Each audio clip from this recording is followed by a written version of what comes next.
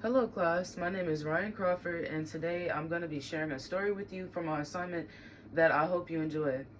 They say you cannot choose family, however, sometimes you wish you could. My family is loud, loving, and full of surprises, and today I'm going to be sharing with you 3 tips on how I survive or how you can survive my family. Number 1 being to always bring food or some type of snacks to a family gathering. Number 2 is to do not get too deeply involved into our family debates. And number 3 is to always keep a sense of humor. Number 1 is essential because food is how we show love to one another. It's how we bond through cooking.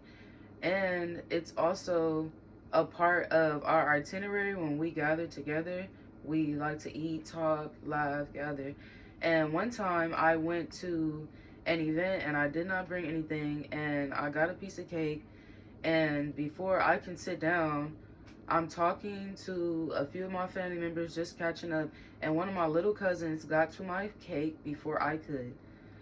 Number 2, we're going to transition into what it's like to experience one of my family debates and why you should engage into it. My family loves to debate about anything, whether it's politics, religion. That's literally a form of bonding in my family. And I remember one time it was me and about four other of my cousins, and we were small.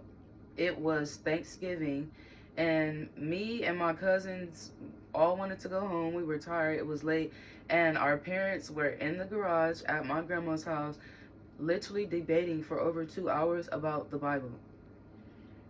In other words, do not get too engaged or too deeply with the opinions of my family. You have to learn to listen, do not engage too much, and nod occasionally. So, in the final tip for surviving my family is to always have a sense of humor. You cannot have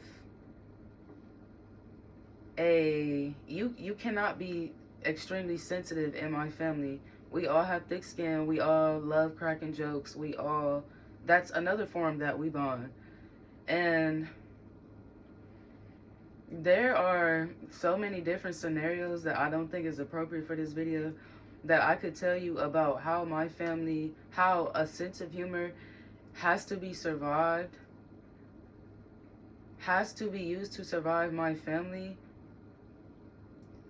So I'm going to tell you about a simple one. Literally, my grandma was cooking and she ended up digging in the refrigerator. She bent over and got a piece of chicken out of the freezer, and my brother's dog, literally before she can close the freezer, my brother's dog literally grabbed a frozen piece of chicken and ran up the stairs. And instead of all of us getting upset, we laughed, and my mom literally cried because she found that so amusing. In other words, these are the 3 tips to surviving my family. I hope you enjoyed my video. Thank you, and I look forward to hearing from you too.